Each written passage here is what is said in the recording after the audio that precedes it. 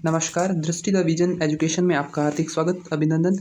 आज मैं इस वीडियो के माध्यम से फायरमैन भर्ती परीक्षा 2022 जो कि 29 जनवरी 2022 को आयोजित की गई, उसकी आंसर की मैं आपके सामने इस वीडियो के माध्यम से बताने का प्रयास कर रहा हूं।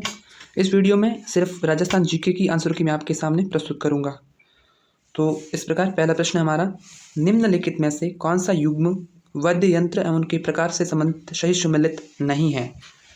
निम्नलिखित में से कौन सा युग्म सही सुमेलित नहीं है। एक तरफ वाद्य यंत्र है और उनके प्रकार दे रखे हैं। तो ऑप्शन ए नड़ या घन वाद्य यंत्र है, बपंग तत्वाद्य यंत्र, ऑप्शन बी, ऑप्शन सी ताशा अवनद वाद्य यंत्र, ऑप्शन डी सिंगी सुशीर वाद्य यंत्र। तो इस प्रश्न का आंसर नड़ ऑप्शन ए हो जाएगा। नड़ घन वाद्य यंत्र नहीं है, नड़ एक सुशीर वाद्य यंत्र है। बाकी सही है, बपंग तत्वाद्य यंत्र है, ताशा अवनद वाद्य यंत्र है, सिंगी सुशीर वाद्य यंत्र है। अगला प्रश्न,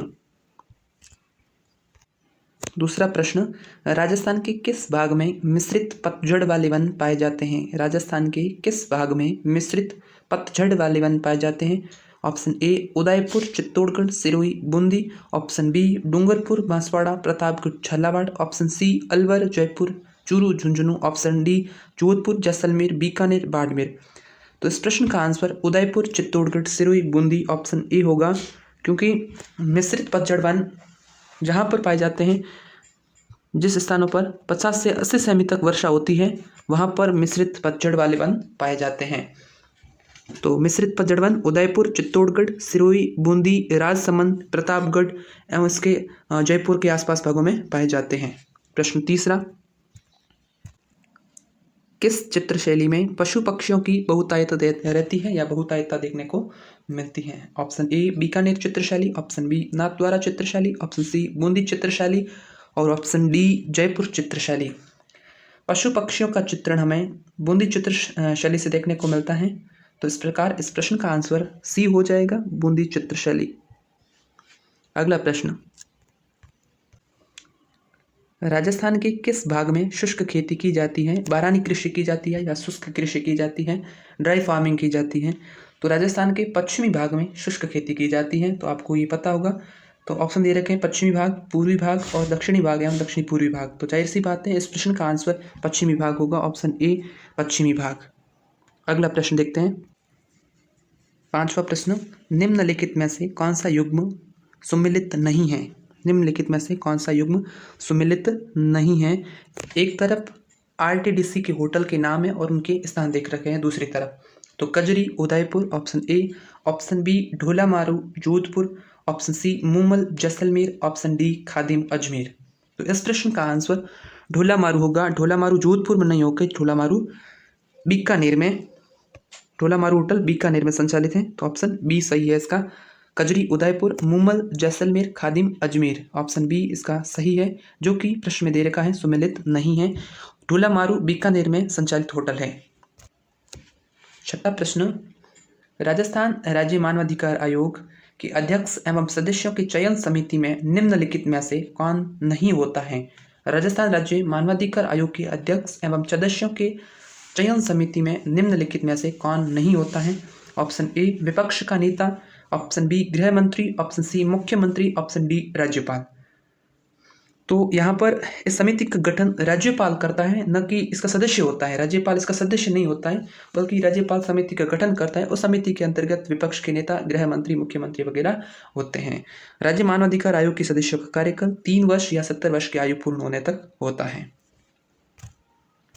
इस प्रश्न का आंसर राज्यपाल ऑप्शन डी होगा। सातवां प्रश्न सुमेलित कीजिए। एक तरफ संप्रदाय दे रखे हैं, दूसरी तरफ उनकी प्रमुख गद्दी एवं स्थान दे रखे हैं। तो विष्णु संप्रदाय, जसनाती संप्रदाय, दादूपंथी संप्रदाय, रामसनी संप्रदाय और स्थान दे रखे हैं कतरियासर, नरेना, सिंहथल, मुकाम। विष्णु संप्रदाय, मुकाम तालवा, अनोखा, बीकानेर। पहले का चौथा तीसरे ऑप्शन दे रखा है। जसनाती संप्रदाय कतरियासर, दादूपंथी संप्रदाय नरेना और रामसनी संप्रदाय सिंहथल में स्थित है। तो पहले का चौथा, दूसरे का पहला और तीसरे का दूसरा और चौथे का चौथे का तीसरा। तो इस प्रकार इस प्रश्न का आंसर तीसरा हो जाएगा। विष्णु संप्रदाय मुकाम तालवा नौका बीकानेर, जसनाती संप्रदाय कत्रियासर बीकानेर, दादूपंथी संप्रदाय नरेना और रामसनई संप्रदाय सिंहथल। रामसनई संप्रदाय की 4 शाखाओं में से एक शाखा सिंहथल बीकानेर में स्थित है। इस प्रश्न का आंसर ऑप्शन सी होगा। अगला प्रश्न 8वां प्रश्न, विख्यात लोक नाट्यकार नानूराम किस ख्याल से संबंधित रहे? ए तुर्रा ख्याल, ऑप्शन बी शेखावटी ख्याल, ऑप्शन सी जयपुरी ख्याल, ऑप्शन डी कुचामनी ख्याल। विख्यात लोक नाट्यकार नानूराम अब्दुलिया राणा, आपने नाम सुना होगा, ये शेखावटी ख्याल से संबंधित हैं और शेखावटी क्षेत्र में ये ख्याल आयोजित की जाती है, शेखावटी ख्याल। इसके अंतर्गत शेखावटी क्षेत्र के आने वाले जिले चूरू, सीकर, झुंझुनू जिले शामिल हैं। इस प्रश्न का आंसर ऑप्शन बी होगा, शेखावटी ख्याल। निम्नलिखित में से कौन मराठा आक्रमण के खिलाफ होरडा सम्मेलन से जुड़े थे? ऑप्शन ए महाराणा जगत सिंह द्वितीय, बी सवाई जय सिंह, सी महाराजा जसवंत सिंह द्वितीय, महाराजा अभय सिंह। होरडा सम्मेलन 17 जुलाई 1737 को आयोजित किया गया।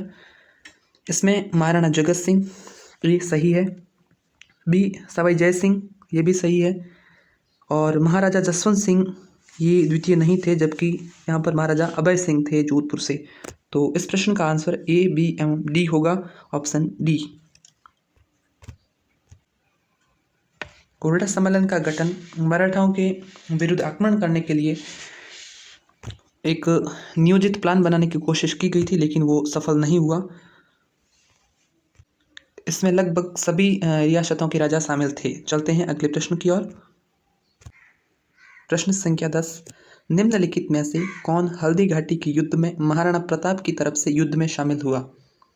तो मोहम्मद लोधी ये तो हो नहीं सकता, मेदिनी राय ये भी नहीं हो सकता, हसन खां मेवाती एवं हकीम खां सूर। आपके पास 2 ऑप्शन बचे हैं। हसन खां सूरी ये तो महाराणा सांगा के समय थे, तो हकीम खां सूर इसका सही आंसर है। हकीम खां सूर महाराणा प्रताप के साथ थे हल्दी घाटी युद्ध के दौरान।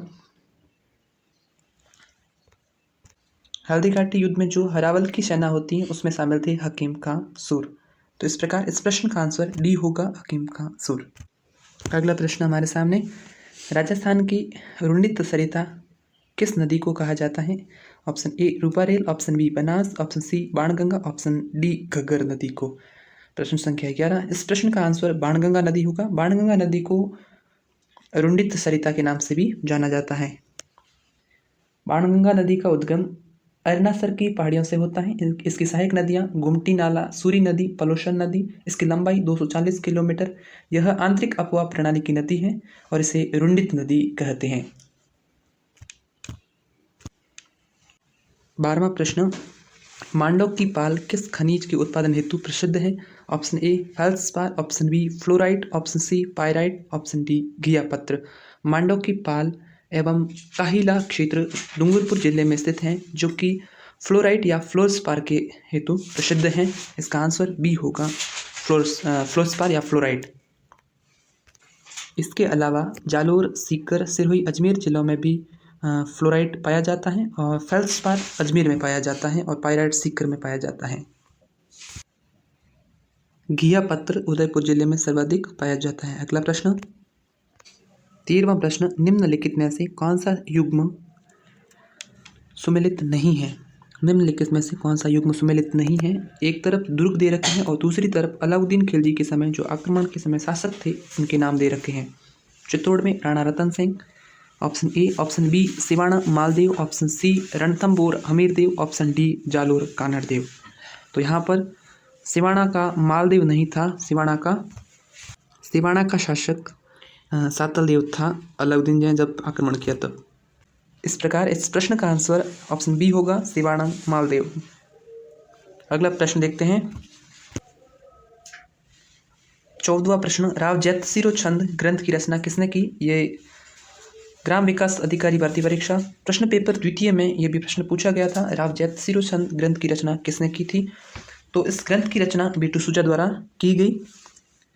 तो ऑप्शन दे रखे हैं केशवदास, वीरबाण एवं करणदान, इन्होंने नहीं की थी। इस प्रश्न का आंसर सही आंसर रहेगा बीटू सूजा, ऑप्शन सी। अगला प्रश्न देखते हैं। नर्मदा नहर परियोजना से लाभान्वित राजस्थान के जिले हैं। राजस्थान ज्योग्राफी का इकोनॉमिक सर्वे का कह सकते हैं। नर्मदा नहर परियोजना से लाभान्वित राजस्थान के जिले हैं।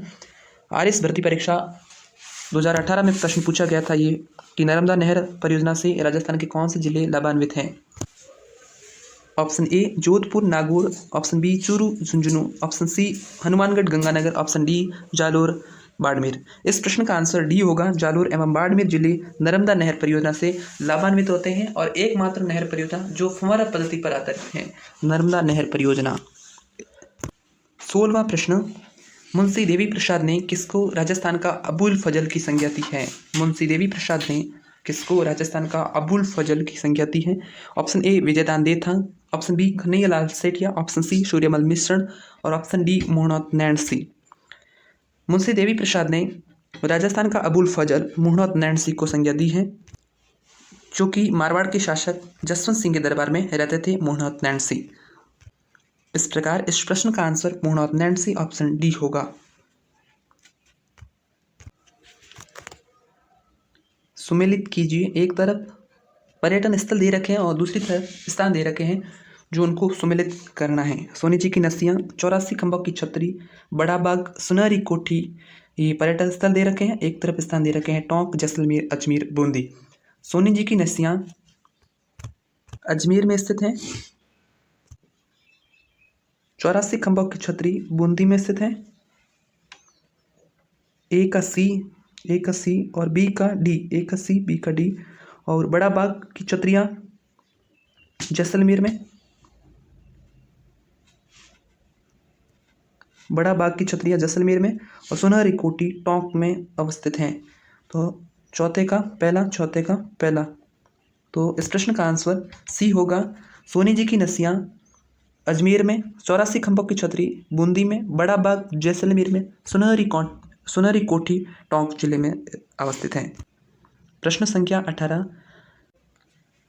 निम्नलिखित में से कौन सा त्योहार एक कैलेंडर वर्ष विक्रम संवत के अनुसार सबसे बाद में आता है। Option A Krishna Janmashtami, option B Raksha Bandhan, option C Holi और ऑप्शन डी गणगौर। कृष्ण जन्माष्टमी भाद्रपद कृष्ण अष्टमी, रक्षाबंधन श्रावण पूर्णिमा, होली फाल्गुन पूर्णिमा और ऑप्शन डी गणगौर का आयोजन चैत्र कृष्ण प्रतिपदा से चैत्र शुक्ला तृतीया तक गणगौर का आयोजन 18 दिनों तक किया जाता है। तो इस प्रश्न का आंसर गणगौर होगा। आपने सुना होगा तीज त्योहारा बावड़ी ले डूबी गणगौर, और विक्रम संवत का अंत है वो गणगौर से होता है। प्रश्न का आंसर ऑप्शन डी गणगौर। अगला प्रश्न 19वां प्रश्न, निम्नलिखित संतों में से किसने अपने लेखन में मेवाती बोलियों का प्रयोग नहीं किया। ऑप्शन ए सुंदरदास जी और option B Sahjobai, option C Charandas ji, option D Laldas ji. इस प्रश्न का आंसर ऑप्शन ए सुंदरदास होगा, क्योंकि सुंदरदास जी दादू जी के शिष्य थे। तो दादू जी ने अपनी जो लेखन शैली थी उसमें ढूंढाड़ी बोली का प्रयोग किया था। तो सुंदरदास जी ने भी ढूंढाड़ी बोली के जो लेख लिखे थे, और चरणदास जी, सैजोबाई, लालदास जी और इनकी चरणदास जी के अन्य शिष्य भी थी, उन्होंने भी अपनी बोलियों में और लेखन शैली में मेवाती बोली का प्रयोग किया, लेकिन सुंदरदास जी ने ढूंढाड़ी बोली का प्रयोग किया। इस प्रश्न का आंसर सुंदरदास ऑप्शन ए होगा। अगला प्रश्न, निम्नलिखित में से कौन सा युग्म सुमेलित नहीं है। निम्नलिखित में से कौन सा युग्म सुमेलित नहीं है। एक तरफ लोक देवता दे रखे हैं और दूसरी तरफ उनकी माताओं के नाम दे रखे हैं। ऑप्शन ए गोगाजी बाचल, ऑप्शन बी तेजाजी राम प्यारी और ऑप्शन सी बाबूजी कमला दे और ऑप्शन डी मैणा दे रामदेव जी। तो इस प्रश्न का आंसर है वो तेजाजी राम कुंवरी होना चाहिए। तो यहाँ पे तेजाजी राम प्यारी दे रखा है, जो सही नहीं है, बाकी सब सही है। 20वें प्रश्न का आंसर ऑप्शन बी राम प्यारी, जो कि नहीं होगा, राम कुंवरी होगा। राजस्थान जीके का अंतिम प्रश्न 21वां प्रश्न। इस प्रश्न में इस पूरे पेपर में 21 प्रश्न ही राजस्थान जीके से पूछे गए हैं, जो इस वीडियो के माध्यम से मैं आपको कंप्लीट करवा चुका हूँ। लोकनाट्य रूप रम्मत किस क्षेत्र से संबंधित है। लोकनाट्य का रूप रम्मत जैसलमेर एवं बीकानेर से संबंधित है। यहाँ पे जैसलमेर दे नहीं रखा है और बीकानेर दे रखा है, तो इसका प्रश्न आंसर हो जाएगा बीकानेर, ऑप्शन डी सही आंसर है। धौलपुर करौली भरतपुर मेवाड़ ये आंसर सही नहीं है, बीकानेर सही है। आपने सुना होगा तेज कवि के बारे में जो कि जैसलमेर जिले से संबंध रखते हैं, वो रमत नाट्य से संबंध रखते हैं। इस प्रश्न का आंसर डी होगा। DTV एजुकेशन की वीडियो देखने के लिए बहुत बहुत धन्यवाद। मिलते हैं अगली वीडियो में। अगर कंटेंट अच्छा लगे तो चैनल को सब्सक्राइब, शेयर एंड लाइक करना ना भूलें, क्योंकि हम हमारा दायित्व पूरा करते हैं तो आप भी अपना दायित्व पूरा करने की कोशिश करें। और जो भी समस्या आ रही है वो कमेंट बॉक्स में मैसेज जरूर करें। धन्यवाद। मिलते हैं अगली वीडियो में।